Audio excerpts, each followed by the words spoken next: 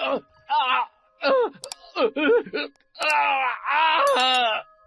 Anak, ano nangyayari sa'yo? Tay, may gumagalaw sa binti ko. Parang may uod sa loob. Ha? Anak, mukhang hindi uod ang gumagalaw dyan sa mga binti mo. Nakita ko rin yan sa nanay mo bago siya namatay. May mga linta sa loob ng katawan mo. Ay, Diyos ko, bakit ba nangyayari ito sa atin? Tay, paano ko aalisin ang mga to? Tingnan mo naman ang nangyari sa balat ko. Sugat-sugat na at lumalabas na rin ang laman ko sa braso dahil sa kakakamot. Hindi ko na kayang pigilan ang sarili ko, Tay. Sobrang katila, tulungan niyo ako. Ayoko matulad kay nanay, Tay. Hindi ko na alam kung ano pang pwede nating gawin, anak. Nakikita mo ba tong mga braso ko? Pareho lang tayo na puro sugat. Hindi ko na rin mapigilan ang sarili ko. Tay, ano nangyari sa kanilang braso niyo? Ha? Kagabi, may naramdaman akong gumagapang sa loob ng braso ko. Hindi ako mapakali dahil sa tindi ng pangangati, kaya kinuha ko yung gumagapang sa loob, gamit ang kutsilyo. Ano nakuha niyo, Tay? Isang linta. Lumiliit yon kapag nailalabas na sa katawan, pero habang nandito siya sa loob natin, mas lalo siya nagiging malusog, anak. Kailangan nating alisin lahat ng peste na nagpapahirap sa atin. Ano pong ibig niyo sabihin? Tutuklapin ko rin ang laman ko sa binti para mawala ang mga gumagapang na linta sa loob. Tay naman! Wala nang ibang paraan. Tiisin mo na lamang kesa tumagal pa ang paghihirap natin. Tay, hindi ko kaya yan. Kailangan mong kayanin. Kung hindi mo kaya, ako ang gagawa. Taon 1007, South Cotabato. Bata pa lamang si Belinda ay namulat na siya sa hanap buhay na may kinalaman sa pangingisda ng kanyang ama. Minsan na rin niyang naranasang sumama sa laot para mangisda. Ngunit kadalasan, katulong siya ng kanyang ina sa pagdadaing ng mga isda at pusit. Binata pa lamang ay mangingisda na ang kanyang amang si Domingo. May sarili silang bangka noon, pero dahil sa tagal nang ginagamit ng kanyang ama ay nasira na ito, dala ng kalumaan. Dahil sapat lamang sa kanila ang kinikita ni Domingo sa pangingisda, wala itong kakayahang makabili ng bagong bangka. Kaya mula noon, sumasama na lang ito sa grupo ni Tomas. Malaki ang bangkang pagmamay-ari ni Tomas, ngunit hindi naman sila palaging sinuswerte sa paglaot dahil mas marami ang pagkakataon na matumal ang kanilang huli. Lalo na kung mura pang bibilhin ang mga isda sa pinagbabagsakan nila. Wala naman silang magagawa kapag mura talaga ang isda. Bago kasi ang hatian, babawasin muna sa kinita ang mga gastos sa bangka na ginagamit sa paglaot. Kung magkano lamang ang matitira, yun lamang ang kanilang paghahati-hatian. Sa hatiang yun, lamang ang operator at may-ari ng bangkang si Tomas. Para makatulong sa mga magulang, nagdadaing si Belinda ng isda at gumagawa rin ng bagoong para ibenta sa bayan. Kapag mahina ang huli, tumatanggap din ng labada ang dalaga para may maibigay sa kanyang ina. Matanda na ang kanyang mga magulang. Pangarap niya na makapagpatayo ng magandang bahay at mabigyan ng pangnegosyo ang kanyang ama't ina. Ngunit hindi naman yon ganoon kadali. High school lamang ang natapos niya dahil hindi na siya kayang suportahan ng kanyang mga magulang sa kolehiyo. Madalas siyang sinasabihan ng kanilang mga kakilala na mag-asawa na lamang ng maperang lalaki para makatulong sa kanyang pamilya. Kaya naman, mas napapadalas ang panunukso sa kanila ng binatang anak ni Domingo na si Emilio. Mas matanda ng 3 taon sa kanya ang lalaki. Kung itsura ang pag-uusapan, hindi naman ito mahirap magustuhan. Ngunit hindi niya gusto ang taglay nitong kayabangan na parabang napakadali lamang siya nitong makukuha. Bukod sa hindi gusto ni Belinda si Emilio, may ibang lalaki nang nagmamay-ari ng kanyang puso. Hindi pa lang niya nagagawang umamin pero malinaw na sa kanya na isa lamang ang lalaking laman ng kanyang damdamin. At yon ay ang kanyang kababata na si Donato. Tay, nakauwi na po pala kayo. Kumusta po ang huli? Matumal anak. Magkano lang yung hatian namin? Mura pa kasi ang isda ngayon. Mukhang kakasya lang sa pangbigas natin ngayong linggo ang parting nakuha ko. Pwede na yon, Tay. Kesa naman po sa wala. Yung iba nga pong mangingisda dyan, walang-wala talaga eh. Kaya maswerte pa rin po tayo kahit papano. Tsaka, may kinita naman po ako sa pagtitinda ko kanina. Idagdag na po natin yun sa pambigas. Paano naman yung mga kailangan mong bilhin? Wala pa naman po akong pagkakagastusan, kaya sa bigas na lang po muna. Mas mahalaga po yon, Tay. Ay, salamat anak. Malaking tulong na rin yun pandagdag sa mabibili natin bigas. Hindi naman natin problema ang ulam. Alam nyo, Tay, buti na lang wala tayong binabayaran sa kuryente at tubig. Hindi naman natin kailangan ng kuryente. May gasera naman tayo para lumiwanag itong bahay tuwing gabi. Hayaan niyo po, Tay. Kapag dumating ng swerte sa akin, mapapaayos din natin tong bahay. Tapos makakabili na tayo ng TV para meron kayong libangan ni Nanay. At hindi niyo nakakailanganin pa makinod sa kapitbahay. Madalas pinagsasarahan pa kayo ng bintana. Maganda naman yung pangarap mo, anak. Pero hindi lahat ng bagay nadadaan sa swerte. Mas sigurado pa rin kung pagsisikapan. Kaya yun na lang ang pagtuunan mo ng pansin. Ay, kung maganda lang sana palagi ang huli, matagal ka nang nakapag-aral sa kolehiyo. Hanggang ngayon po ba naman nakukonsensya pa rin kayo na hindi niyo ako napag-aral sa kolehiyo, Tay? Siyempre naman anak. Kung alam mo lang, nahihiya ako sa iyo. Kasi yung ibang mga kaedad mo, tapos na mag-aral. Di ba, pangarap mo maging teacher? Sayang yun kung hindi naman matutupad. Hindi pa naman po katapusan ng mundo, Tay. Kaya kung hindi pa naman binibigay ng tadhana sa akin, para makapagtapos, maghihintay pa rin po ako hanggang sa pumabor naman po sa akin ang panahon. Yung iba nga dyan, senior na nung makapag-aral sa college. Ay, napakaswerte ko talaga sa iyo, anak. Palagi mo kaming iniintindi ng nanay mo. Ni minsan, hindi ka nagreklamo sa amin. Kahit na araw-araw kang pagod sa pagtitinda, nagagawa mo pang tumanggap ng labada at saka kung ano-anong racket para makatulong sa amin. Napakabuti mo, anak. Kaya kahit hindi mo kami maipagpatayo ng magarang bahay o hindi mo kami mabilhan ng TV, walang kaso sa amin yun. May isa lang sana akong hihilingin sa'yo. Ano po yun, Tay? Hindi ba nanliligaw sa'yo yung anak ni Tomas? Opo, bakit po? Gusto niyo po bang sagutin ko na siya? Kung makakatulong po yun sa inyo, kaya ko naman pong tiisin ang kayabangan ni Emilio. Bakit naman po natawa kayo? Sa tingin mo ba, anak, ay nasisiraan na ng bait ang tatay mo? Siyempre hindi. Bakit naman kita hayaan mapunta sa hambog na yun? Kung ngayon pa nga lang na nanliligaw pa lang sa iyo, ay parang pagmamay-ari ka na niya kung umasta. Ay, akala ko talaga ipagkakasundo niyo na ako sa kanya eh. Buti na lang talaga. Malabo pa sa sabaw ng sinaing na magustuhan ko yon.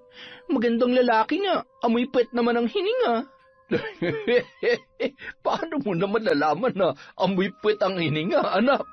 Si tatay naman sineryoso pa naman pati yung biro ko. Alam ko naman nagbibiro ka lang, pero hindi naman ako kokontra. Naturing ang maraming pambili ng bagong sepilyo at toothpaste niyang si Emilio, pero saksakan naman ng tamad maglinis ng ngipin.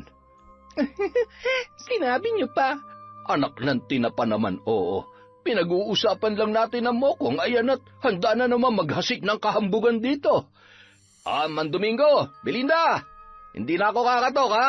Bukas naman ang pintuan niyo eh. Papasok na rin ako.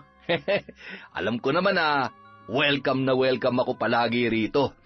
Wala na rin naman kami magagawa. Sige na, pumasok ka na. O siya, maiwan ko na muna kayong dalawa. Anak, kaya mo na yan. Ay, ano na naman bang masamang hangin na nagtaboy sa iyo rito? Ang init-init, gala ka ng gala. Ang sungit mo naman, Belinda. May oras ba dapat ang pagdalaw ko sa babaeng napupusuan ko, ha? Wala akong nakalaang oras para sa iyo, Emilio. Pala-desisyon ka lang talaga. Umuwi ka na kaya. Ang dami ko pang gagawin eh. Nangaabala ka. Grabe ka naman sa akin. Bisita ako rito. Dapat pinagsisilbihan mo ako. Bakit? Amo ba kita? Hindi mo ako sinasahuran para pagsilbihan ka, no? Baka nakakalimutan mo. Kung hindi dahil sa tatay ko, walang hanap buhay si Mang Domeng. At ilang beses mo pang isusumbat yan sa amin, ha? Hindi naman libre ang pagsama ng tatay ko sa inyo sa pangingisda. Malaki ang porsyento nyo sa parte nila. Ano pa bang gusto nyo? Luhuran namin kayo at ituring na amo? Nek-nek mo. Uwe, ang init-init na nga eh. Pinapainit mo pang ulo ko? Hindi nagustuhan ni Emilio ang ginawang pagpapaalis sa kanya ni Belinda, kahit na palagi naman yung ginagawa ng dalaga. Bago umalis ang binata, nagbanta pa ito na makukuha niya ang gusto, sa ayaw man o sa gusto ni Belinda. Sanay na siya sa kayabangan at harap-harapang pagsasabi nito kung gaano siya kagusto. Ngunit sa pagkakataong yon, hindi niya maiwasan na makadama ng takot. Sa hindi malamang dahilan, naging laman ng isipan ni Belinda ang mga sinabi ni Emilio. Kung para sa sarili lang naman niya ay hindi siya masyadong nag-aalala, pero may bahagi ng isip niya na wari sinasabi na kailangan niyang protektahan ang kanyang pamilya. Sa kabilang banda, naging mas matindi pa ang kagustuhan ng binatang si Emilio na makuha si Belinda kahit sa pilitan. Ngunit dahil alam niyang hindi siya gusto ng dalaga, isa na lamang ang naisip niyang paraan para mapasakan niya ang kaisa-isang anak ni Mang Domeng. Mukhang malalim ang iniisip mo, anak. May problema ka ba? Wala naman, tay. Si Belinda lang. Ang tagal ko na nanliligaw sa kanya pero wala pa rin nangyayari. Palagi pa rin akong sinusungitan. Makuha ko lang talaga siya, babawian ko siya ng malupit. At sisiguruhin ko mapapasunod ko na siya sa lahat ng gusto ko. Gamitin mo ang utang na loob ng tatay niya sa pamilya natin. Siguradong hindi ka matatanggihan nun. Ginawa ko na yan, tay. Pero wala pa rin eh. Ayaw niya pa rin sa akin. Kung gayumahin ko na lang kaya siya. Sus, hindi mo na kailangan ng gayuma dyan. Magandang lalaki ka naman. Nakakahiya kung mababalitaan na ng gayuma ka pa ng babae. Kahit ako'y matatawa sa'yo kapag ginawa mo yun. Paano nga magiging kami, tay? Napakailap ng babaeng yun. Dumagdag pa yung tatay niya na suportado siya sa pag-ayaw sa akin. Mukhang hindi rin talaga ako gusto para kay Belinda eh. Ay nako, kaya mo na yan anak. Gawin mo lahat ng pwede mong gawin para maging kayo. Basta susuportahan lang kita sa kahit na ano pang desisyon mo. Kung gusto mo maghanap ka lang ng ibang babae dyan. Sa dami na nagkakagusto sa'yo, hindi rin naman talaga kita maintindihan kung bakit nagtitiis ka pa kay Belinda. Iba yung ganda niya, tay. Nandun na tayo, maganda nga siya. Pero mas marami pang iba dyan na mas makinis sa kanya. Kung gusto mo hahanapan kita ng mas maganda, kaysa naman ipinagpipilitan mo pa sarili mo sa anak ni Domeng.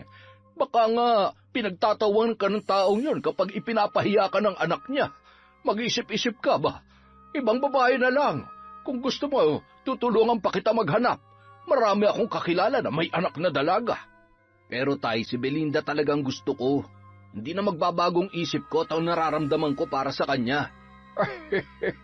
Mukhang tinamaan ka talaga sa babaeng yun siya sige.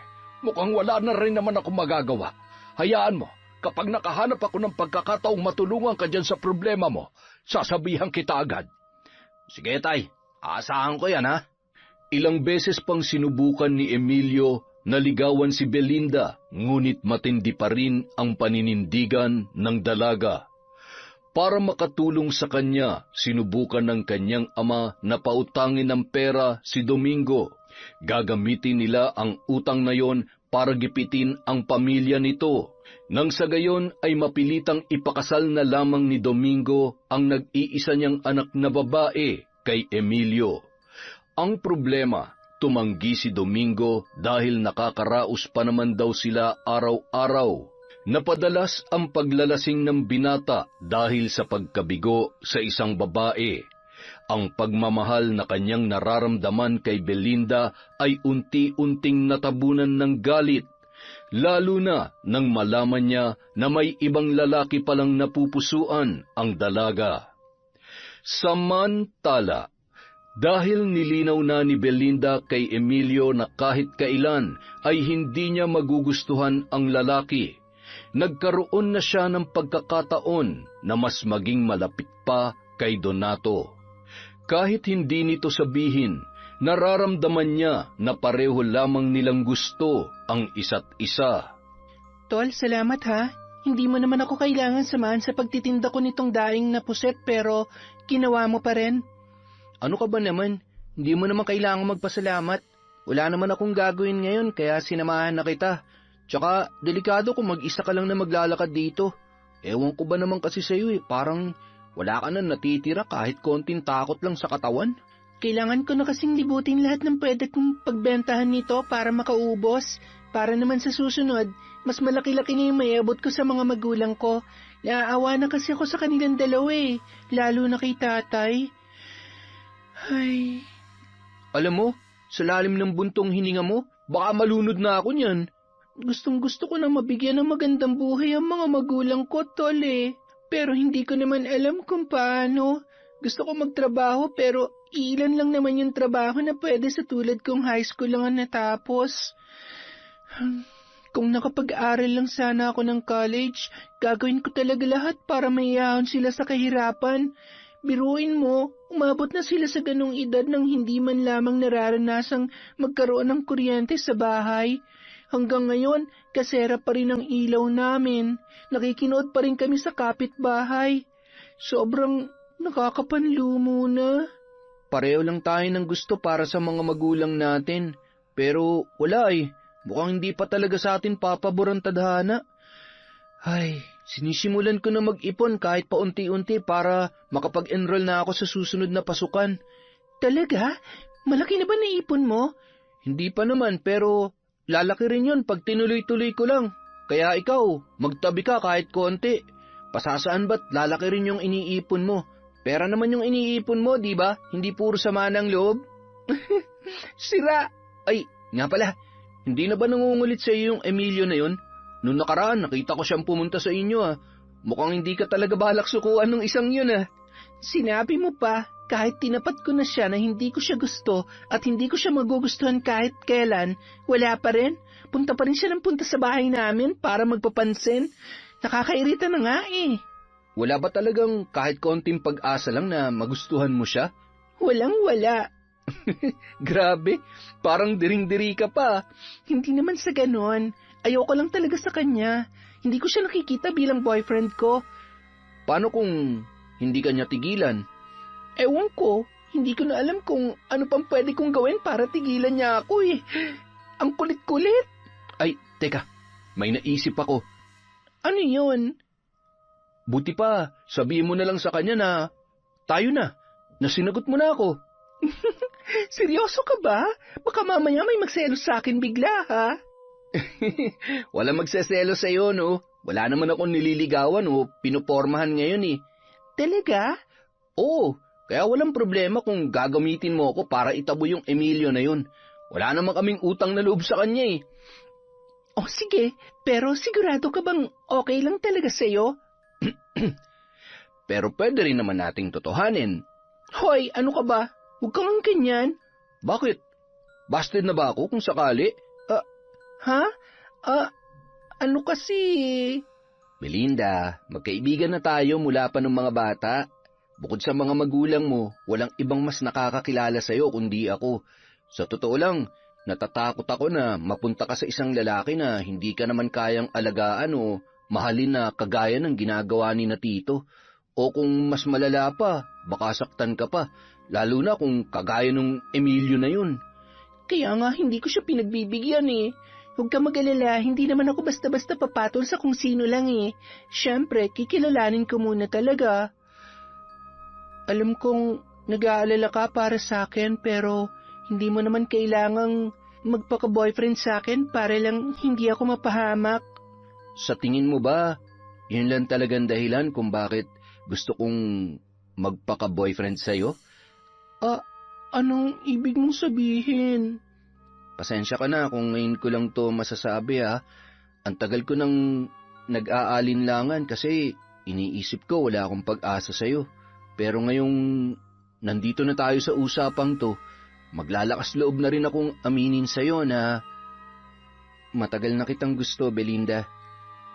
Napuno ng kilig ang araw na yon para kay Belinda dahil sa wakas, ang lalaking matagal ng laman ng puso niya ay nagkaroon din ng lakas ng loob na umamin sa kanya.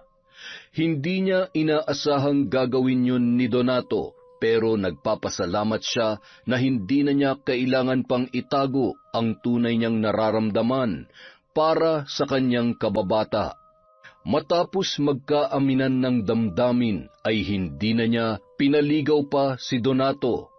Ang sanay pagpapanggap lamang nito bilang nobyo niya ay nauwi na sa totohanan. Habang magkasamang nagtitinda sina Belinda at Donato at masayang nag-uusap, hindi nila namalayan ang pares ng mga matang nakasunod ng tingin sa kanila ng mga sandaling yon. Walang iba kundi ang nagpupuyos sa galit na si Emilio. Nakakuyom ang mga kamao nito at matalim ang pagkakatitig sa dalawa na wari magkasintahan na. Sa halip na sundan ang dalaga ay galit na tumalikod si Emilio. Humarap siya sa daan patungo sa bahay ni Belinda. Ngumisi ang binata na animoy may masamang pinaplano. Tao po! Oh, Emilio, kagagaling mo lamang dito kanina.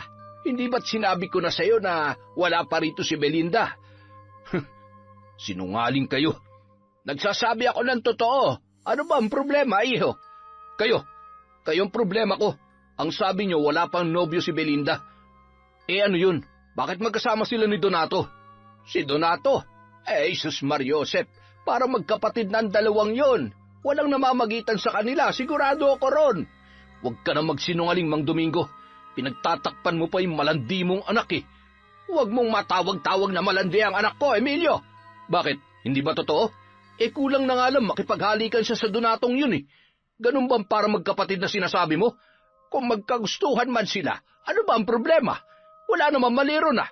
Wala pa nobyo ang anak ko at sinabi niya na hindi kanya gusto. Ano pa bang hindi malinaw sa'yo? Parang ikaw may problema. Problema?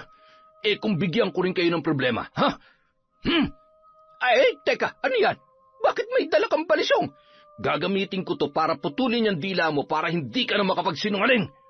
Habang masayang nakikipag-usap si Belinda kay Donato, wala siyang kamalay-malay na nasa kapahamakan na ang kanyang mga magulang na iniwan niya sa bahay. Isang patunay na kapag naging masaya ka ng sobra, mayroon din itong kapalit na tutumbasan ang sayang yon. Matapos ang ilang oras na pagtitinda ni Belinda kasama si Donato, isang malagim na trahedya naman ang nadatnan niya sa kanyang pag-uwi. Hinatid mo pa talaga ako rito sa bahay namin. Masyado naman na yata kitang naaabala. Kahit kailan, hindi ka magiging abala para sa akin. Talaga? Oo naman, lalo na ngayon. Girlfriend na kita. Ang sweet-sweet mo talaga. Ay, tama na nga to. Pumasok ka na. Baka kanina ka pa hinihintay ni na tito at tita. Oo na, papasok na. Nay, Tay, nandito na po ako. Bakit walang sumasagot? Wala ba sila rito? Nay, Tay. Nay! Nay! Tulong! Tulungan niyo kami! Belinda, ano nangyayari? Si Nanay! Ha? Tita? Sa labis na pagkagulat sa nadatnan, hindi kaagad nakabawi si Belinda. Naabutan na lamang niya ang katawan ng kanyang ina sa may kusina, duguan at tadtad ng saksak.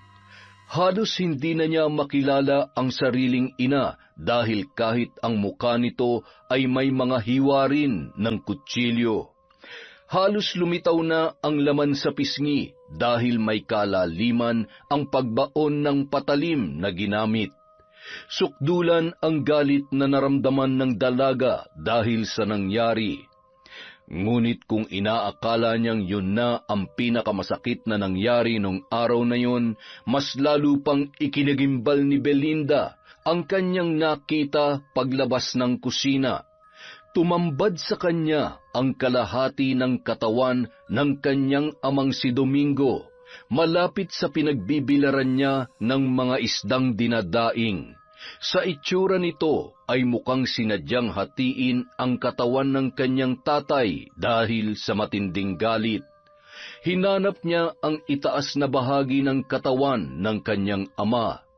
Nilibot niya ang buong paligid, ngunit wala siyang nakita.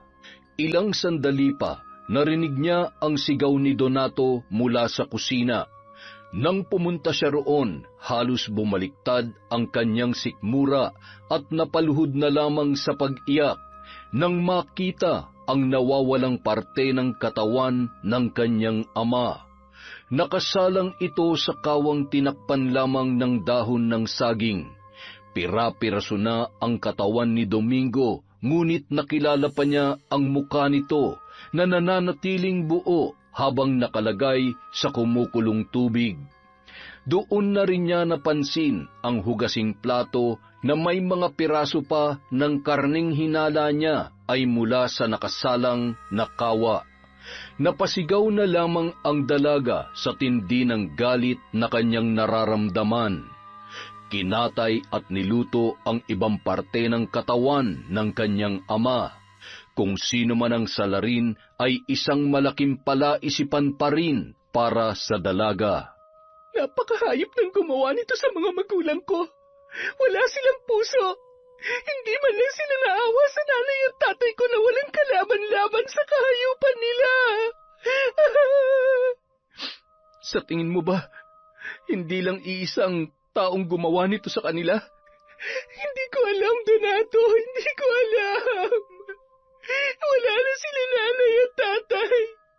Mag-isa na lamang ako ngayon. Kailangan managot ang gumawa nito sa mga magulang mo. Paano? Sinong ituturo ko? Sa layo ng bahay namin sa mga taga rito, imposibleng may nakakita sa pumatay sa kanila. At sa bagal ng hustisya dito sa atin, makabuto na lang yung bangkay nila pero wala pa rin akong napapala. Ang sakit-sakit. Napakabuting tao ng mga magulang ko. Sila na lang ang meron ako, Donato.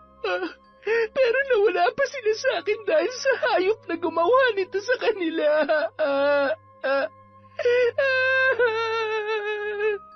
Tutulungan kita na mabigyan ng hustisya nangyari sa mga magulang mo. Tsaka, huwag mong isipin na mag-isa ka lang. Nandito ako. Sasamahan kita at dadamayan. Lalong-lalo na ngayon. Salamat. Teka, wala bang nakaalitan ng nanay mo o ang tatay mo nitong mga nakaraang araw? Wala naman eh. Alam mo naman kung gaano kapasensyoso si tatay. Hanggat kaya niya makipag-usap na mahinahon, gagawin niya yon kaysa makipag-away sa kahit na sino. Kung ganon, sino naman kaya may motibong gawin to sa mga magulang mo?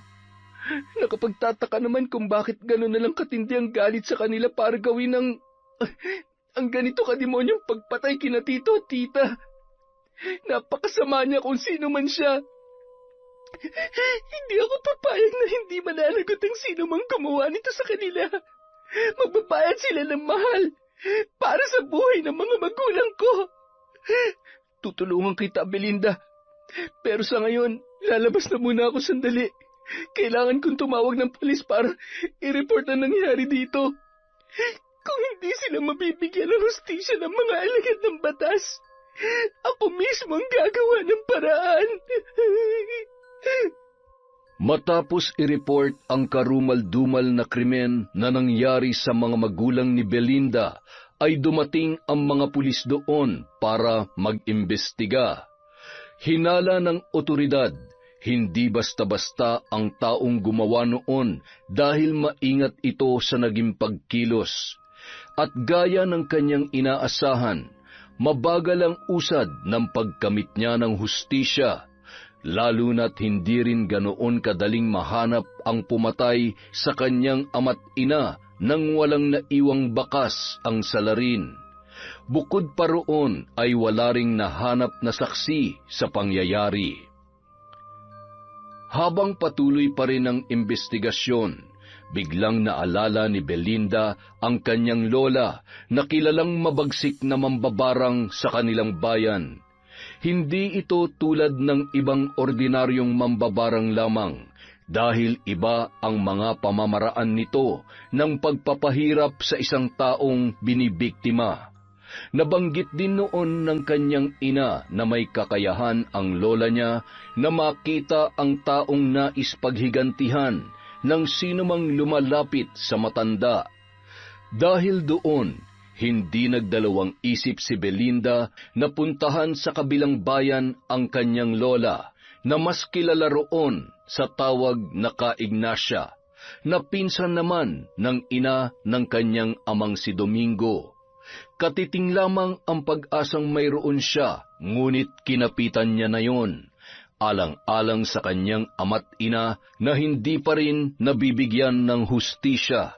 Nakikiramay ako sa iyo, Apo. Paano niyo po nalaman? Papasok ka pa lamang sa bahay ko ay nararamdaman ko na ang bigat ng iyong puso. Nagluluksa ka, hindi ba? Opo, Lola. Ipinagluluksa mo ang iyong ama at ina na walang awang pinatay sa karumal-dumal na pamamaraan. Lola, alam ko po ang kakayahang meron kayo. Hindi na po ako magpapaligoy-ligoy pa. Nandito po ako para humingi ng tulong sa inyo. Para malaman kung sino ang pumatay sa mga magulang ko. Hindi ka nagkamali ng taong nilapitan. Alam ko kung anong nais mong gawin. Sakaling malaman mo kung sino ang pumatay sa kanila.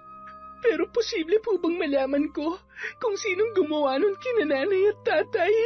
May isang paraan, Apo. Ngunit kakailanganin ko ang tulong mo para maisagawa yun. Handa ka bang makipagtulungan sa akin?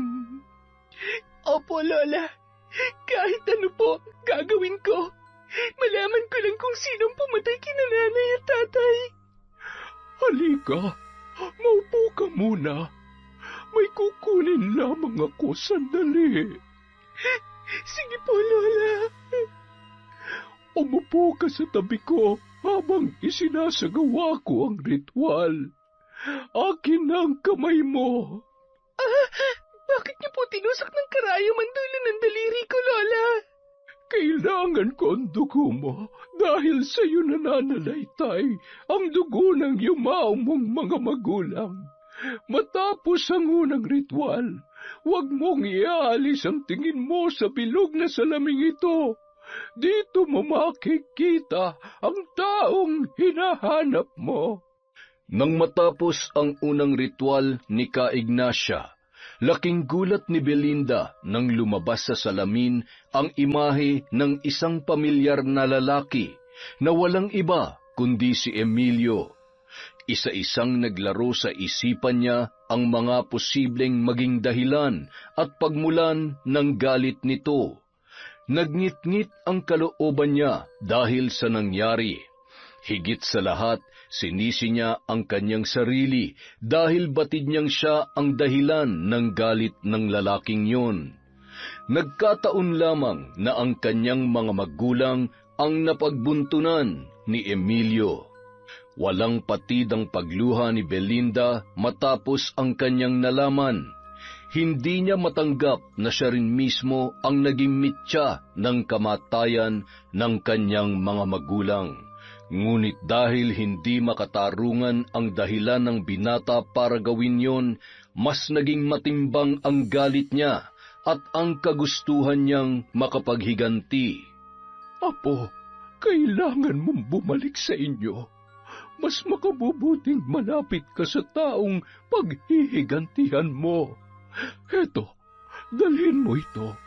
Kailangan mo itong mailagay sa ilalim ng tinutulugan ng lalaking pumaslang sa mga magulang mo. Ano pong laman itong maliit na garapon? Yan ang mga alaga ko, Apo.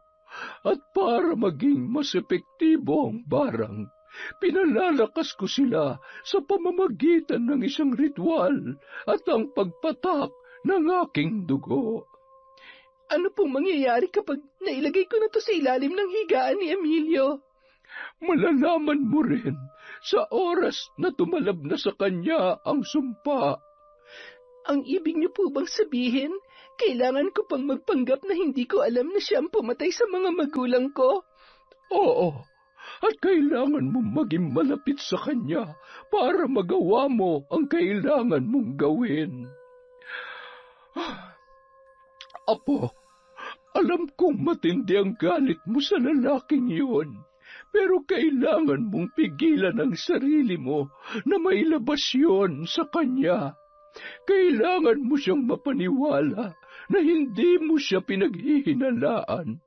Magiging mas malakas ang sumpa kung hindi niya alam kung sino ang gumagawa nito sa kanya. Tatandaan ko po yan, Lola. Maraming salamat po sa tulong ninyo.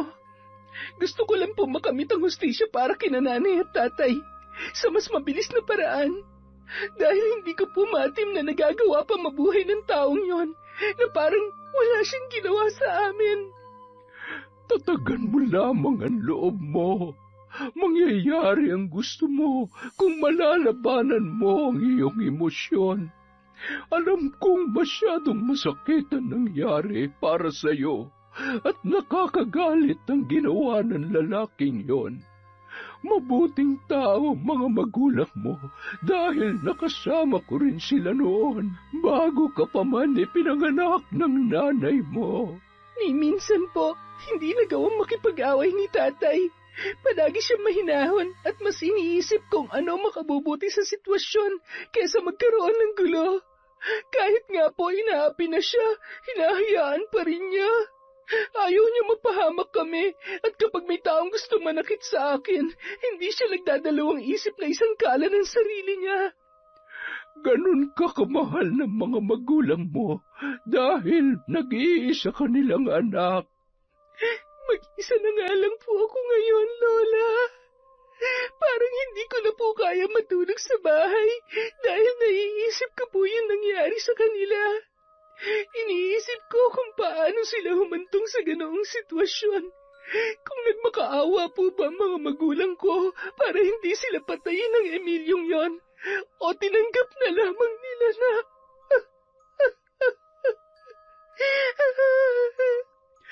Tahan na, Apo. Hayaan mo't gagawin natin ang lahat para makapaghiganti ka sa pumatay sa kanila. Sigurado akong may kinalaman din ang mga magulang ni Emilio sa nangyari, kaya gagawin kong lahat para magtagumpay tayo rito, Lola. Ganyan nga, Apo. Kapag nabigyan mo na ng hustisya ang mga magulang mo, pwede mo nang iwan ng lugar na yon. Kung gusto mo, dito ka na tumira sa bahay ko. Palaging bukas ang pintuan ko para sa iyo, Apo. Salamat po, Lola. Kayo na nga lang din po ni Donato ang meron ako ngayon. Donato? Sino siya, Apo? Nobyo ko po, Lola. Aba, ay tingnan mo nga naman. Dalaga ka na nga, Apo. Pero sana, ipinakilala mo sa akin ng makilatis ko rin. Mabuti po siyang tao, Lola. Magkababata po kami kaya kilalang-kilala na po namin ang isa't isa. Parang magkapatid na nga po kami noon eh. Pero hindi naman po ako nagmamadali. Hanggang magnobyo lang po muna kami. Marami pa po kaming panahon para kilalanin ang isa't isa. Tama yan, Apo. O siya, kailan ka babalik sa inyo? Mamayang hapon po. Mag-iingat ka roon. Susundin mo lahat ng payo ko. Basta gawin mo lamang ang biling ko sa iyo at ako na ang bahalang magpahirap sa kanya. Pagbalik ni Belinda, hindi na siya nagsayang panahon. Kaagad siyang gumawa ng paraan para magkausap sila ni Emilio. Pinuntahan niya ang lalaki sa bahay ng mga ito pero hindi na niya naabutan dahil umalis na raw kasama ang amang si Tomas para pumalaot. 1 linggo pa ang hinintay niya para magkausap silang dalawa. Pagbalik niya sa bahay, muli na naman siyang binalot ng kalungkutan. Bawat sulok ng bahay na yon ay nagpapaalala sa kanya kung gaano kalagim ang kamatayang dinanas ng kanyang mga magulang, at lahat ng yon ay walang katumbas na kapatawaran. Sa kabila ng lungkot na pinagdaraanan ni Belinda, hindi naman nawala sa tabi niya si Donato. Mula nang makabalik siya ay hindi na ito umalis sa kanilang bahay para siya'y samahan. Mas delikado raw kasi kung hahayaan lamang siya roon na nag-iisa. Sigurado ka ba na hindi ka muna uuwi sa inyo? Pumayag naman si nanay na dito muna ako para samahan ka. Yun din naman ang gusto nilang mangyari. Ang inaalala ko lang, baka isipin ng mga tao na nagbabahay-bahayan na tayo rito, samantalang kamamatay lang ng mga magulang mo. Wala akong pakialam sa iisipin nila. Mas mahalaga sa akin ngayon kung paano ako makakaganti kina Emilio. Hindi ako matatahimik hanggat hindi siya nananagot sa ginawa niya. Ano man ang gusto mong gawin, susuportahan kita. Naiintindihan ko yung galit mo ngayon. Alam kong hindi maganda ang paghihiganti pero kung gano'n naman kahayop ang dinanas ng mga magulang mo, kulang pang kamatayan para kay Emilio. Kung sa akin nangyari yan, baka nabaliw na ako. Belinda, mahal na mahal ko si nanay at tatay. Ngayon nga na tumatanda na sila, hindi ko alam kung paano ihahanda ang sarili ko pagdating ng araw na kailangan na talaga nila magpaalam. Parang hindi ko kaya. Hindi ko lubos maisip na sumisigaw sila rito at humihingi ng tulong tapos wala ako. Kung nandito lang sana ako nung nangyari yon, naprotektahan ko sana sila. Kasama ko pa sana sila ngayon. Pero napapaisip talaga ako kung bakit biglang pumitik ng ganun si Emilio. Para masyado naman mababaw yung pagtataboy mo sa kanya. Di ba, hindi lang naman isang beses na nangyari yon? Oo, mababaw pero mukhang dinamdam niya ang ginawa ko sa kanya. Baka ako talagang puntiryan niya nung bumalik siya rito tapos inisip niya na itinatago ako ng mga magulang ko. Kung bumalik ka rito, sigurado mapapahamak ka rin. Ay, ano bang gagawin mo kapag nakabalik na si Emilio mula sa pangingisda? Magpapanggap ako na kailangan kong tulong nila para makamit ang hustisya para sa mga magulang ko. Paniniwalain ko sila na hindi ko sila pinagdududahan. Kung tutuusin nga, pwede na lang ako maghanap ng ebidensya na makakapagturo kay Emilio para makulong siya eh. Pero hindi sapat na makulong lang siya sa ginawa niya. Masyado maganang parusang yon para sa 2 buhay na kinuha niya sa akin. Naiintindihan ko na galit ka at gusto mo maghiganti pero sana hindi ka lubusang magpalamon sa galit mo dahil baka ikapahamak mo rin yan. Wala na akong pakialam kahit mapahamak pa ako, Donato. Magulang ko na yung pinag-uusapan dito.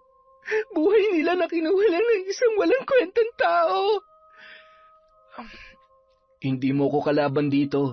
At naiintindihan ko yung galit mo. Gusto lang kitang paalalahanan dahil ayoko mapahamak ka. Pasensya ka na kung iba naging dating ng sinabi ko. Alam mo, mabuti pa. Magpahinga ka na muna. Hintayin na lang natin na makabalik si Emilio. Hindi kita tututulan sa gusto mong gawin pero hayaan mong samahan kita. Hindi rin gugustuhin ng mga magulang mo na mapahamak ka. Salamat, Donato. Kaya ko naman ang sarili ko. Kailangan ko lang talagang gawin to. Huwag kang mag-alala. Alam ko ang limitasyon ng ginagawa namin ni Lola. Matapos ang 1 linggo, tuluyan nang nakabalik sina Emilio mula sa pangingisda. Naghintay ng tamang tiyempo si Belinda bago niya sinimulan ang plano. Habang papunta siya sa bahay ni na Tomas ay biglang bumuhos ang malakas na ulan. Tumakbo siya para hindi tuluyang mabasa at naghanap ng masisilungan. Ngunit sadyang malalayo ang bahay doon at nang makarating siya kina Emilio ay para na siyang basang sisiw. Marahan siyang kumatok at pinagbuksan naman siya ni Tomas. Bakas sa mukha nito ang pagkagulat nang mapagbuksan ang dalaga. Oh, Belinda, anong ginagawa mo rito? Inabutan na po kasi ako ng ulan. Pwede po ba akong makisilong? Tsaka gusto ko rin po sanang makausap si Emilio. Si Emilio? Bakit naman? Anong kailangan mo sa kanya? Magpapatulong po sana ako sa kanya para mahanap kung sinong pumatay sa mga magulang ko. Magpapatulong ka pala. Sige, pasok ka. Mukhang nilalamig ka.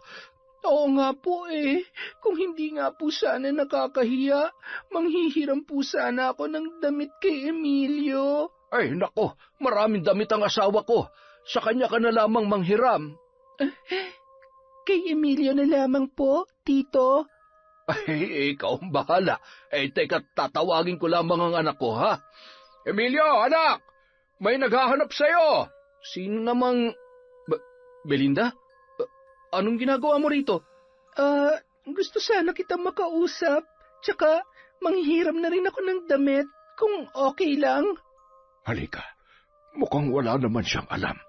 Asikasuhin mo na lamang para hindi makahalata. Belinda, kailangan mo ng damit? Oo, medyo nilalamig kasi ako Wala inabutan na ako ng ulan sa daan. Maniningil sana ako ng pautang ko sa pagtitinda ng daing. Ay, ganun ba? Sige. Halika, ikukuha kita ng damit. Sandali, pwede bang doon na lang ako magbihis sa kwarto mo? Oo naman. Halika, pasok ka. Salamat ha. Dito lang ako sa labas. Sige. Buti na lamang pumayag siya. Teka, saan ko kaya pwedeng ilagay itong garapon nang hindi niya mapapansin kaagad? Belinda, matagal ka pa ba dyan? Ha? Sandali na lang to. Kailangan ko na talaga maitago to. Teka, mukhang mas tago kung dito ko na lamang ilalagay sa loob ng unan niya. Maliit naman tong garapon at makapalang unan, kaya hindi niya mahahalata. Belinda, ayos ka lang ba dyan? Oo, ayos lang ako. Lalabas na ako. Ayusin ka lang tong hinubad kong damit. Sige, pero ang tagal mo na kasi. Okay na, tapos na ako magbihis. Pwede na ba tayo mag-usap? Pwede naman. Halika, upo ka muna. Teka, kumain ka na ba? May niluto si nanay, baka gusto mong tikman. Bakit parang ang bait-bait mo ngayon? Ha? Ngayon lang ba? Grabe ka naman. Hindi, nagbibiro lang ako. Siya nga pala, nandito ako para sana magpatulong sa'yo. Tungkol saan naman? Sa nanay at tatay mo? Oo, magpapatulong sana ako na hanapin kung sino ang pumatay sa kanila. Di ba hawak na ng mga pulis ang kaso? Sigurado mahahanap din nila ang salarin sa pagkamatay ni Mang Domingo. Masyado kasing matagal, Emilio Kailan pa magkakaroon ng hustisya ang mga magulang ko kung hihintayin ko pa ang mga pulis? Pero, bakit ako? Marami kang kakilala rito, di ba? Samahan mo ako magtanong-tanong kung may nakakita sa taong huling pumunta sa bahay namin bago nangyari yung krimen. Sige na naman, Emilio. Wala na kasi akong ibang malapitan Teka, bakit hindi ka humingi ng tulong dun sa kaibigan mo? Si Donato. Hindi ko nga alam kung magkaibigan lang ba talaga kayo Nung makita ko kayo nung isang beses, napaka-sweet nyo sa isa't isa. Nakita mo kami? Kailan? Nung nagtitinda ka ng daing, nakita kitang kasama mo siya. Ang saya sa inyo pa nga nag-uusap Iniisip mo ba na may namamagitan sa aming dalawa? Ano ka ba? Magkaibigan lang kami ni Donato. Para magkapatid na kami noon. Ganun lang talaga kami kapag magkasama. Talaga? Bakit sa akin hindi ka ganun? Mangyayari din naman yun kung marunong ka lang maghintay. Hindi naman pwedeng porket sinabi mo sa akin na gusto mo ako gusto na rin kita kaagad.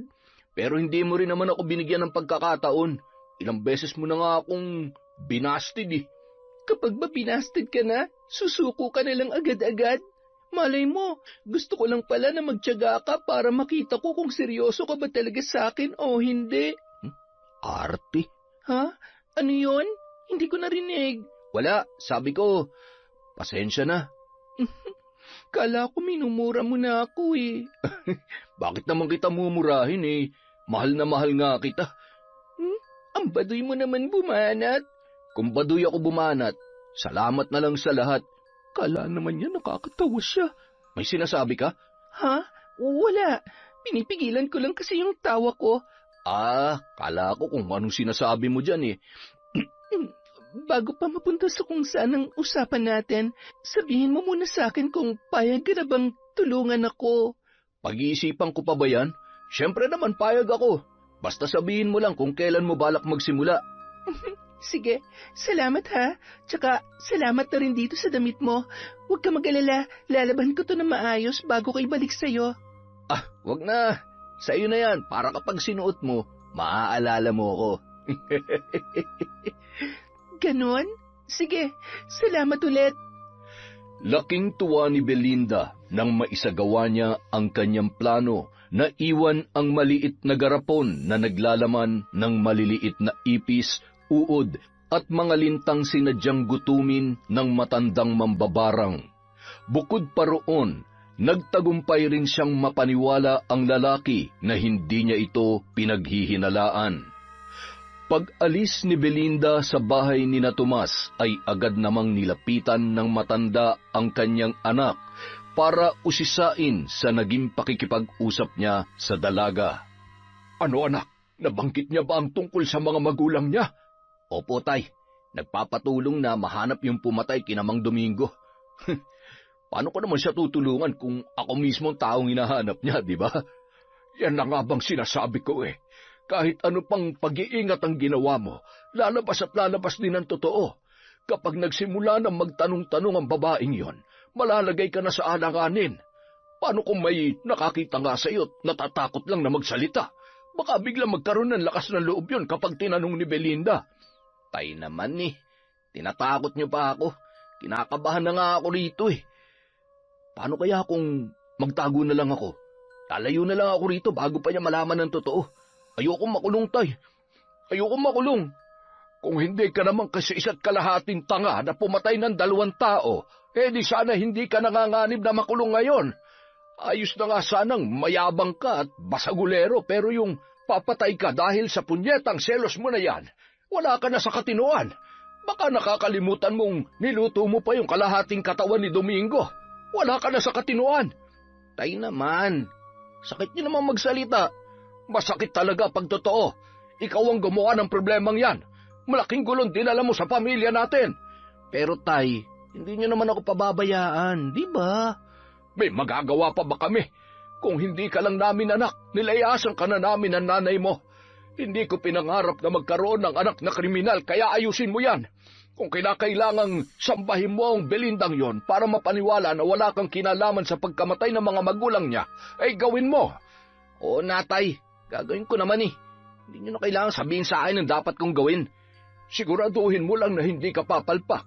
Dahil kapag pati kami ay napahamak dahil dyan sa katarantaduhan mo, sa akin ka na mismo malilintikan. Ang tagal na kitang pinuprotektahan dahil dyan sa mga kalokohan mo sa buhay, pero sa pagkakataong ito, napakahirap at napakalaki ng problemang dinala mo sa amin ng nanay mo.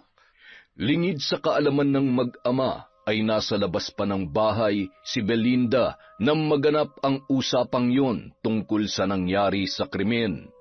Naikuyom niya ang kamao at nagtagis ang bagang sa kanyang narinig. Bagamat may ideya na siya na si Emilio nga ang pumatay sa kanyang mga magulang, mas masakit pala kapag narinig niya yun mismo mula sa lalaki. Dumagdag pa ang mga magulang nitong kinukonsinti pa rin ang anak, kahit buhay na mismo ng tao ang kanyang kinuha. Dahil sa nalaman, muli siyang bumalik kay Ka Ignacia upang ipaalam na may mababago sa kanilang plano. Sa pagkakataong yun, hindi na lamang si Emilio ang makakaranas ng kanyang paghihiganti, kundi pati na rin ang mga magulang ng lalaki. Pamilya sa pamilya, yun ang itinatak niya sa kanyang isipan dahil buo na ang loob niya na maghiganti.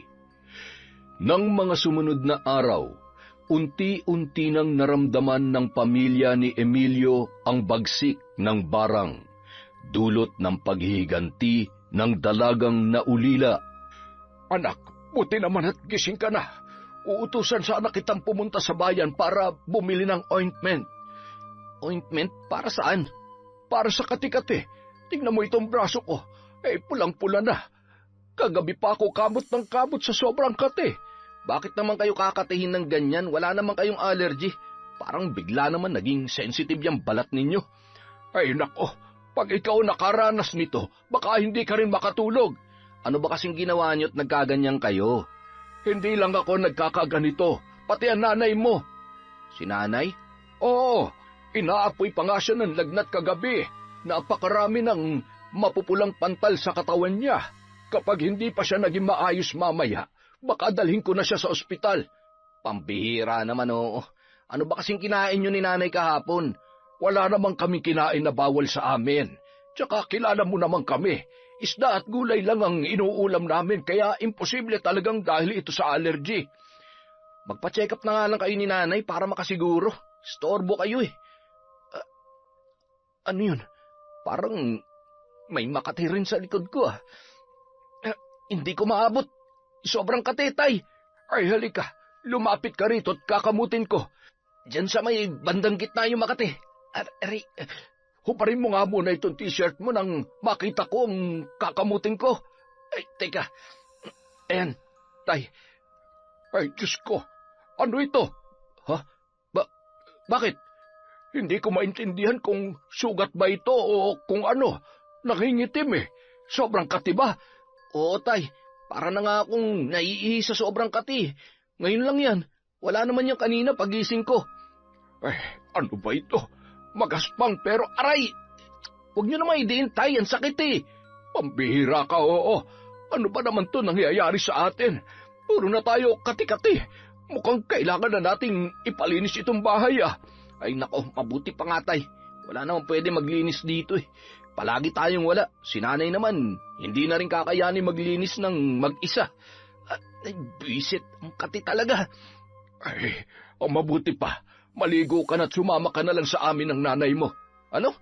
Hindi ako sasama sa inyo. Kayo na lang ni nanay ang pumunta sa doktor. Bakit? May lakad ka ba?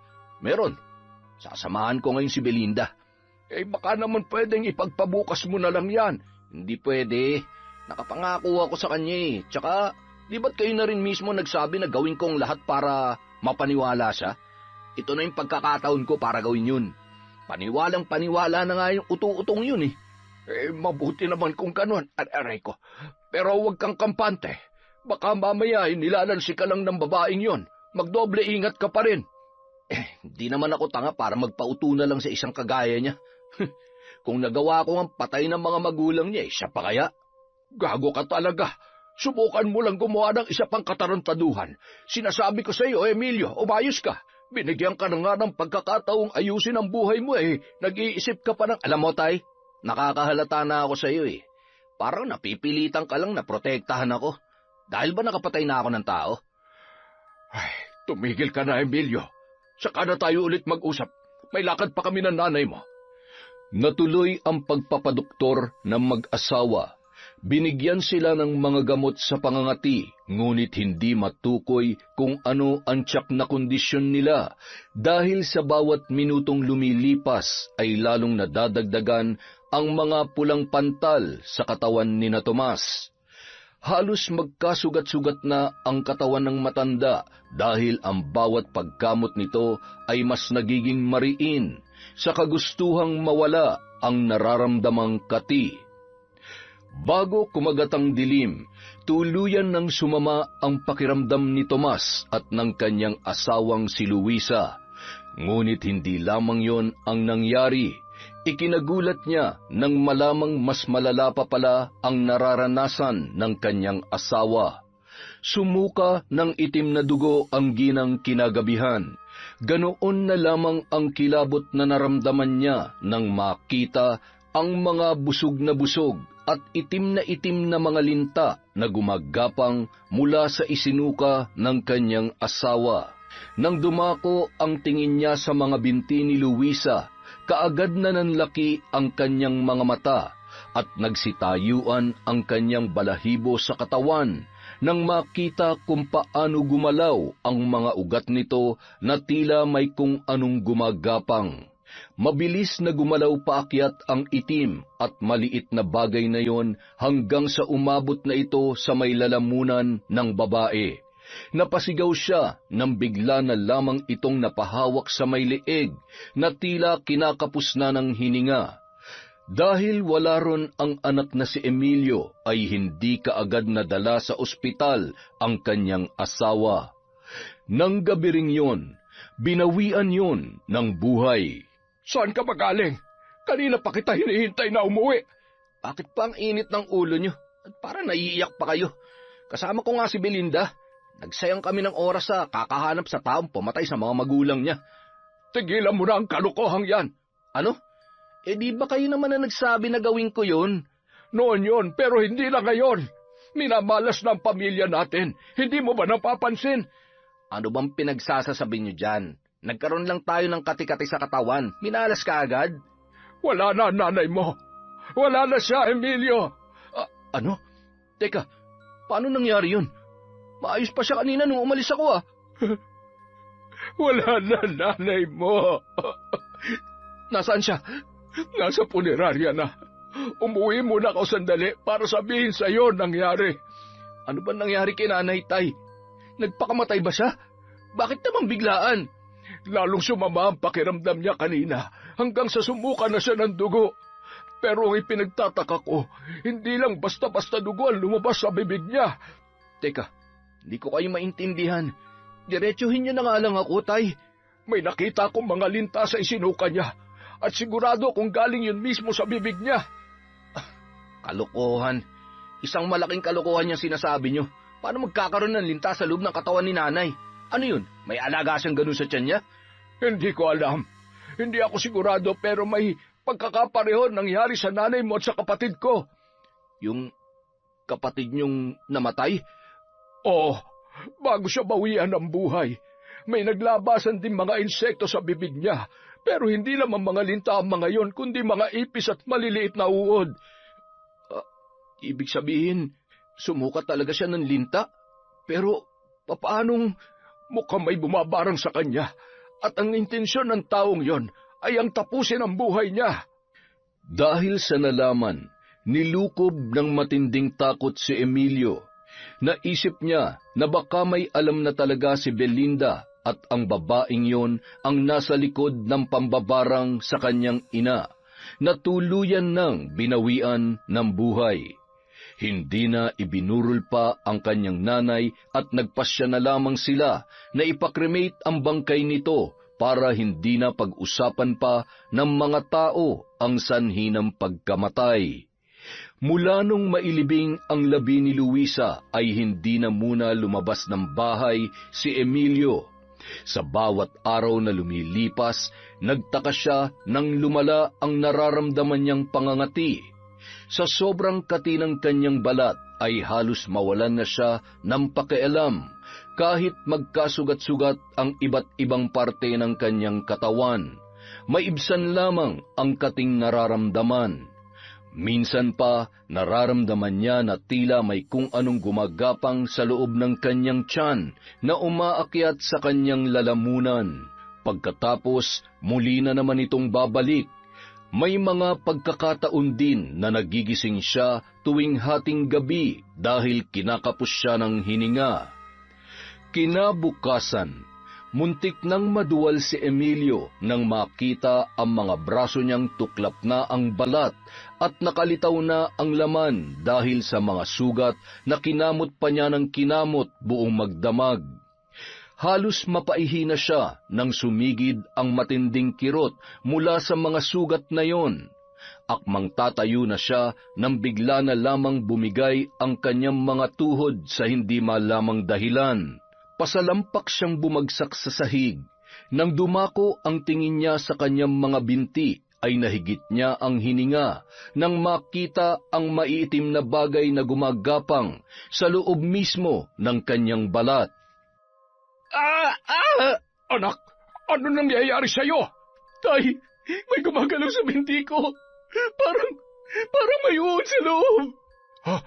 Anak, mukhang hindi uod ang gumagalaw dyan sa mga binti mo. Nakita ko rin yan sa nanay mo bago siya namatay. May mga linta sa loob ng katawan mo. Ay, Diyos ko, bakit ba nangyayari ito sa atin? Tay, paano ko aalisin ang mga to? Tingnan mo naman ang nangyayari sa balat ko. Sugat-sugat na at lumalabas na rin ang laman ko sa braso dahil sa kakakamot. Hindi ko na kayang pigilan ang sarili ko, Tay. Sobrang kati na. Tulungan niyo ako. Ayoko matulad kay nanay, Tay. Hindi ko na alam kung ano pang pwede nating gawin, anak. Nakikita mo ba itong mga braso ko? Pareho lang tayo na puro sugat.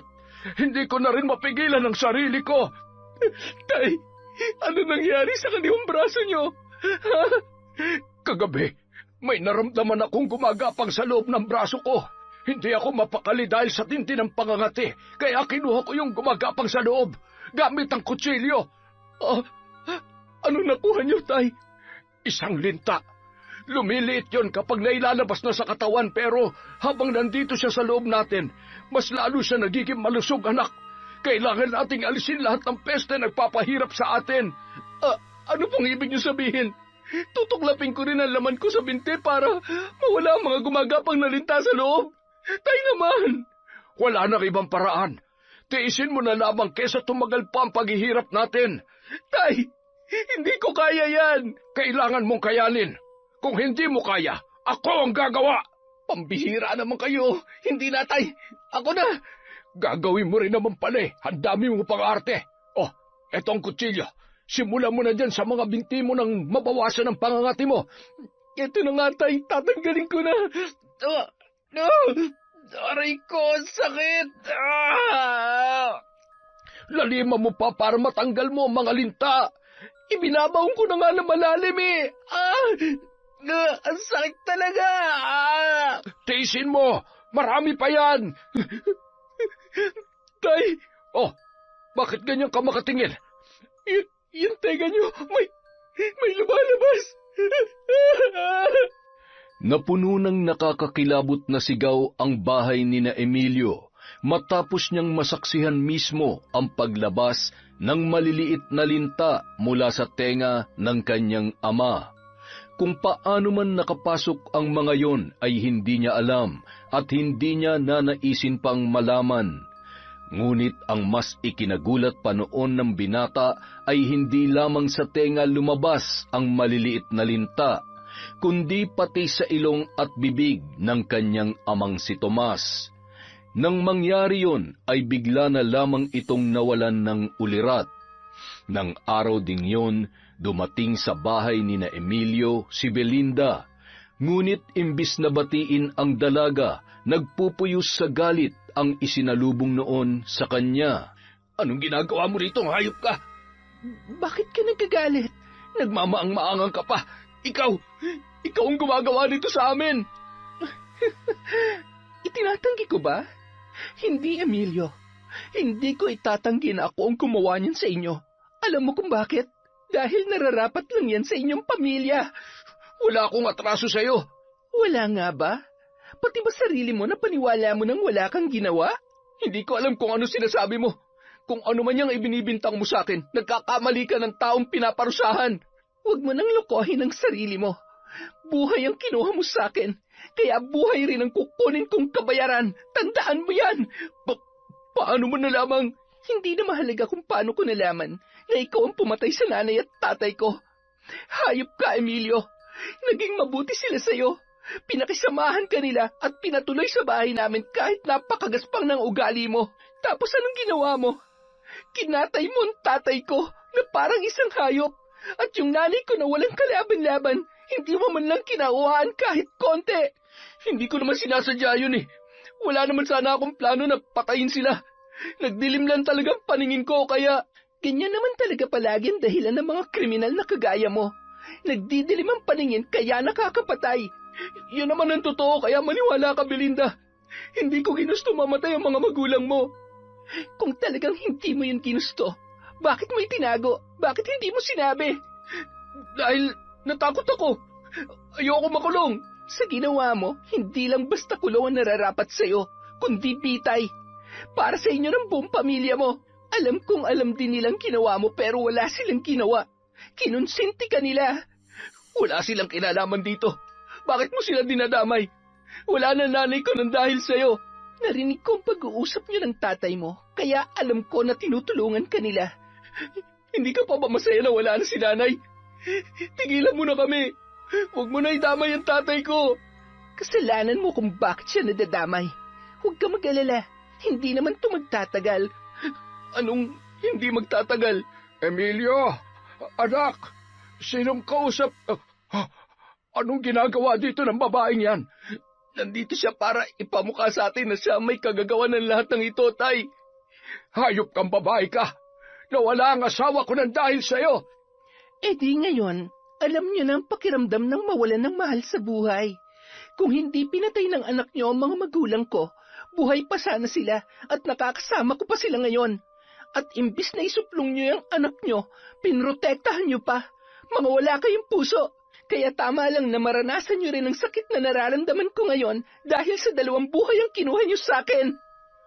Matapos ang mainit na sagutan sa pagitan ni Belinda at ng mag-ama, mas lalo pang lumala ang sakit na nararanasan ng dalawa, dulot ng sumpa ng barang. Sa mga sumunod na araw ay natalo na ng matinding panghihina ang katawan ni Emilio at Tomas. Ang pangangating nararamdaman nila nung una ay nadagdagan pa ng hapdi dahil napuno ng sugat ang likod, dibdib at higit sa lahat ay ang tiyan nila na tila binahayan na ng mga uod at linta sa loob. Lumobo ang kanilang tiyan hanggang sa mangitim yun na parang handa ng pumutok anumang oras. Ang magkabila nilang braso ay tuklap na ang balat. Sa tindi ng pangangati ay kinakagat na lamang nila ang kanilang braso para maibsan yun. Nang umabot pa sa halos 1 linggo ang pagdurusa ng mag-ama, nakaranas sila ng matinding gutom. Dahil hindi na sila makatayo ay kung ano-ano na lamang ang kinukuha nila para maibsan ang gutom sa bawat oras na lumilipas.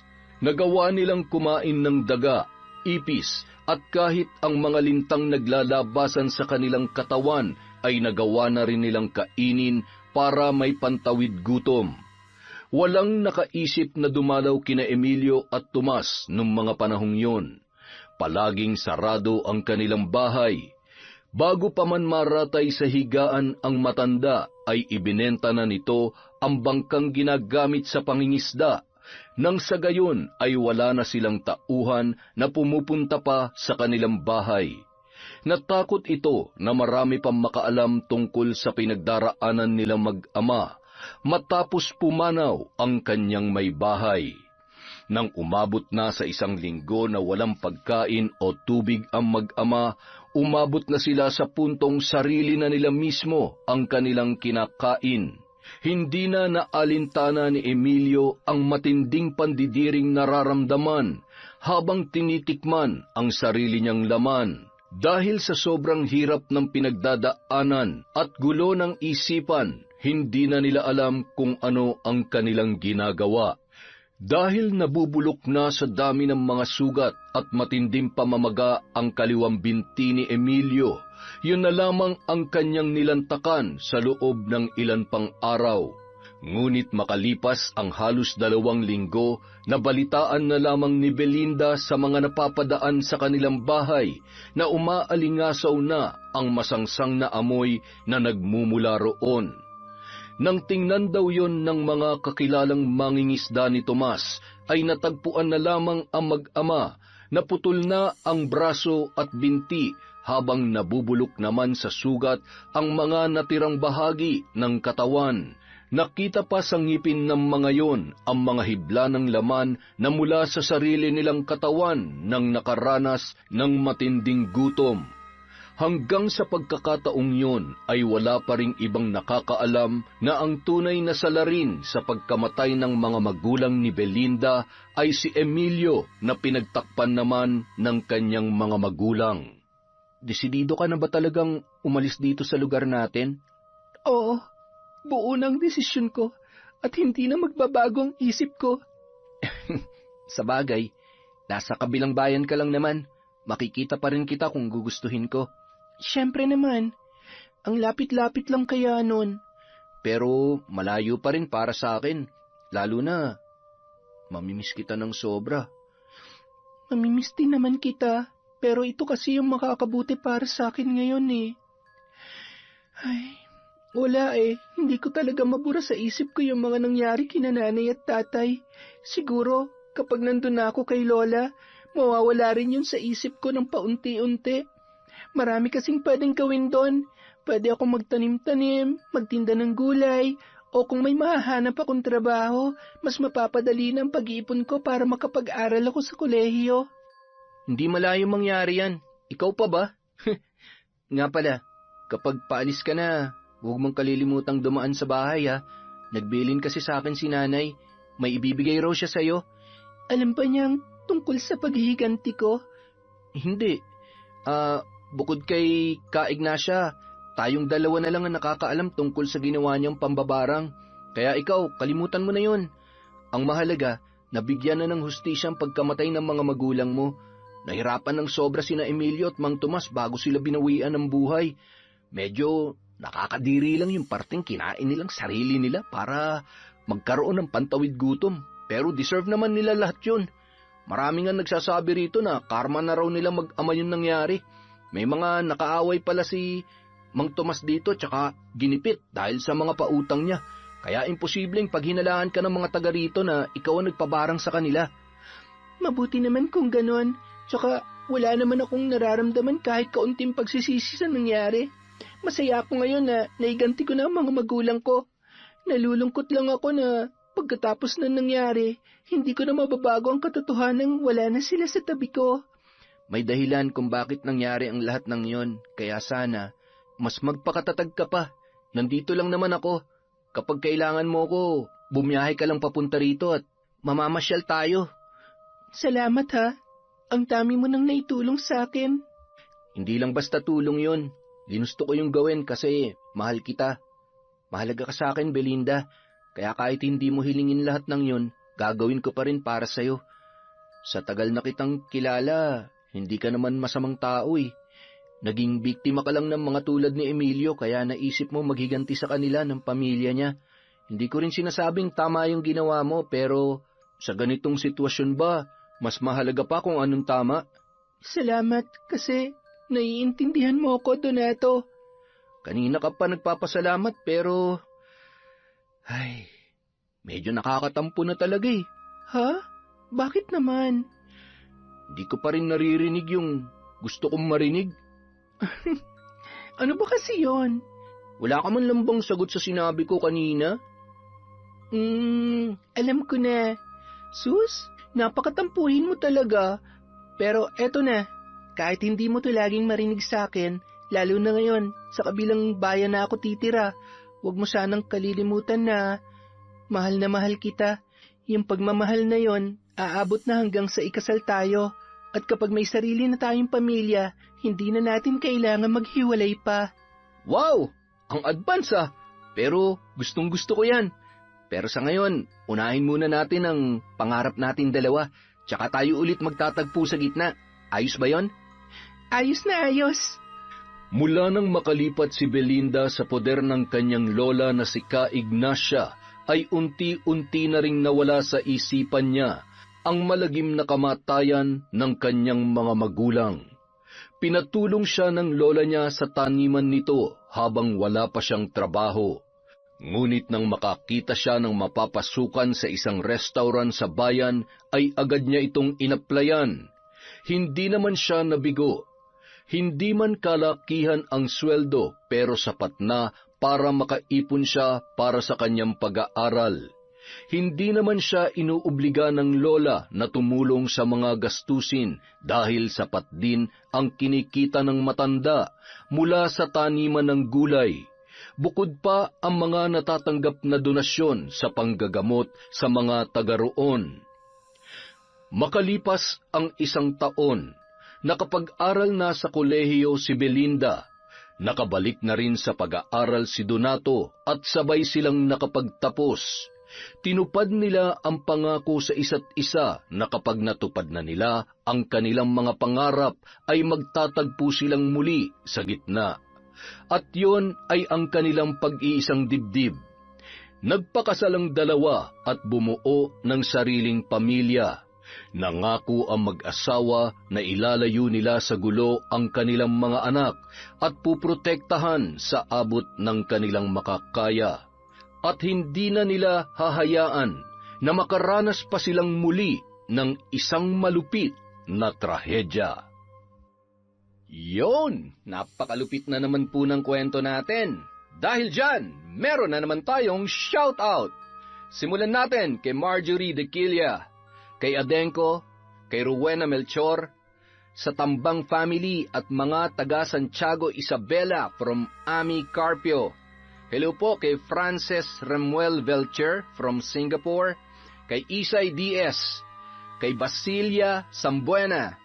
Shout out kay Violi Leharso, kay Christy Gaitan, kay Marieta Flores. Hello po kay Willie Galvez, kay Leticia Bartolata, kay Mami from Doha, Qatar, kay Sally Roldan. Hello po kay Maria Lee Nakagawa, kay Vicky Abut. Shout out kay Roslyn Vicariato. Hi kay Janet, kay Ami Viray, Alfredo Alano, Heidi Tanchanco. Hello po kay Benjamin Cataylo, sa Garment of RGW from Valenzuela. Hello kay Ellen Sagad, kay Rosana Mabingnay, kay Maria Benitez from Mongolia. Shout out kay Evelyn Reyes, kay Roslyn Labajo, kay Cristina Colot. Hello po kay Lydia Lopez, kay Cataleja Soto, kay Justin Kyle Sibulo. Hi kay I Love Traveled, kay Jum Ratia Wahed, kay Ephraim Chan. Hello po kay Christine Manalo, kay Mariam Duca, kay Febe Ranada, sa Morada and Celino family from Connie Cacalda, kay Lani Gervasio. Hello po kay Gemstone Claro. Hello po sa Grefaldia at Zamudio family, kay Dors Magno. Hi kay Jonah Masirag, kay Idol Ashtin Olviga. Hello po kay November Rain from Singapore, kay Bella Martinez. Hello kay Kim Seika, kay Lucy Yuna. Hello rin po kay Jeneline Mix Vlog, kay Giza Nicole, kay syempre kay Maria Katrina Manyakap. Hello kay Silent Garden, kay Al San Jose, kay Rimuru Tempest. Shout out kay Stephanie Rose Fradejas, kay Crisgel Mamado at sa buong pamilya. Hello po kay Jennifer Sacris, kay Mageline De Guzman, kay Cristiane Moncada, kay Alma Naong at sa Naong and Flores family. Hello po kay Marites Nalika. Shout out kay Miss Maura, kay Agripina Balza. Hi kay Ami Garabiles, kay Jennifer Benzon, kay Ami Yong, kay Amy Bog, kay Jem Dehapin, kay Melissa Dabu. Hello po kay Pepe Maniego from Inay, Aida. Hi kay Elidia Bobes, Ryan Alba at Loretta Bobes. Hi kay Bulag na Anghel, kay Len TV2. Hello po kay RG Angara, kay Gemma Aquino, kay Jonas Yao, kay Janet from Alhasa, Hufof Daman. Shout out kay RV Tiong, kay Amy Abarquez, Laika Sebeda, Aldrin Abarquez and Karinan family. Sa mga nasa Israel dyan, hello po sa inyong lahat. Hi kay Angelina Ignacio, Family Rojas from Domeng. Sa mga magbabalot ng Roylos Chicharon sa Sampalucan, Bulacan from Mary Ann de San Juan. Hello po sa 3F Laundry Shop sa Kapatagan, Davao po ba to? From Beverly May Panayas. Hello po sa Epe Family, Benji, Jocelyn, Rains. Kay Richard Cayon from Rosalina, Bogayong. Kay Marilyn Dimaano. Hello din po kay Ramil Fariolin ng Bacoor, Cavite. Shout out sa Cabral family from Estela da Silva. Hello po kay Flor de Lisa Dasig. Hi kay Arlene Torquiza from Morong, Bataan. Sa Prades family of Romblon from Stephanie Rose. At syempre kay Rosemary Cao. Sa mga hindi po na shoutout, marami pa tayong videos. Maraming salamat po sa walang sawang pagsuporta sa Kwentong Enteng.